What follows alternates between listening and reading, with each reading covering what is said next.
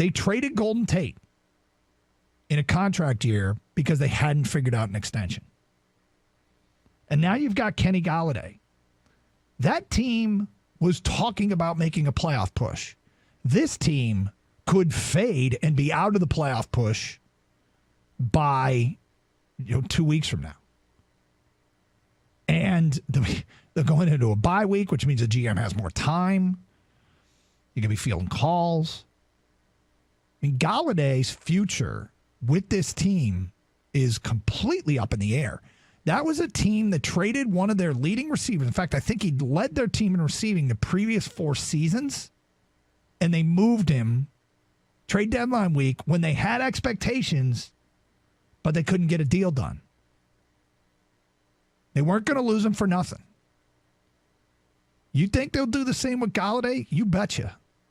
Especially if they've got nothing to play for, and they are trending heavily in that direction. So Galladay's return here is important on 2 fronts. One is to see what this offense is supposed to be. And any, what was the word? Any scintilla, that's the word I used earlier in the week. Any scintilla of a hope probably has this offense starting to hit its stride. Any scintilla of a hope. But secondly, and maybe most importantly,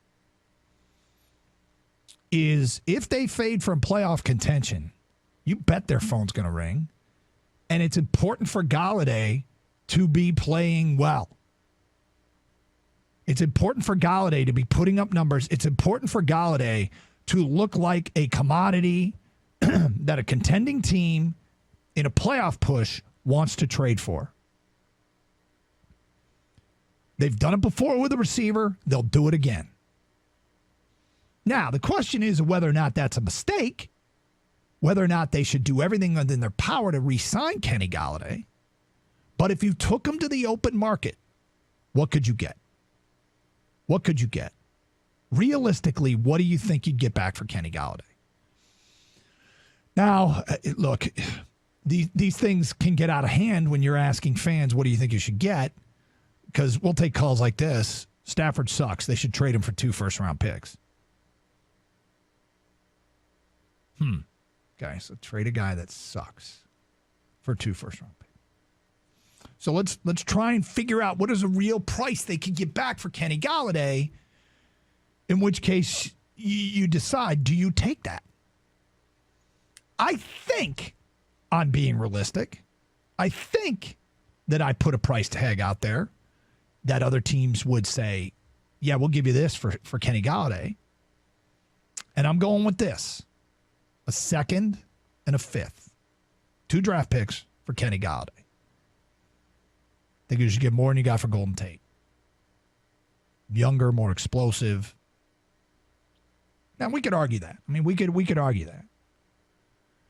But if you had your choice of taking a 2nd and a 5th for Kenny Golladay or re-signing him to $20 million a year or in that ballpark, make him one of the top 5 paid receivers in the league, what would you do? What would you do? That is one of the reasons, one of the things I'm watching for this Sunday is Galladay's return.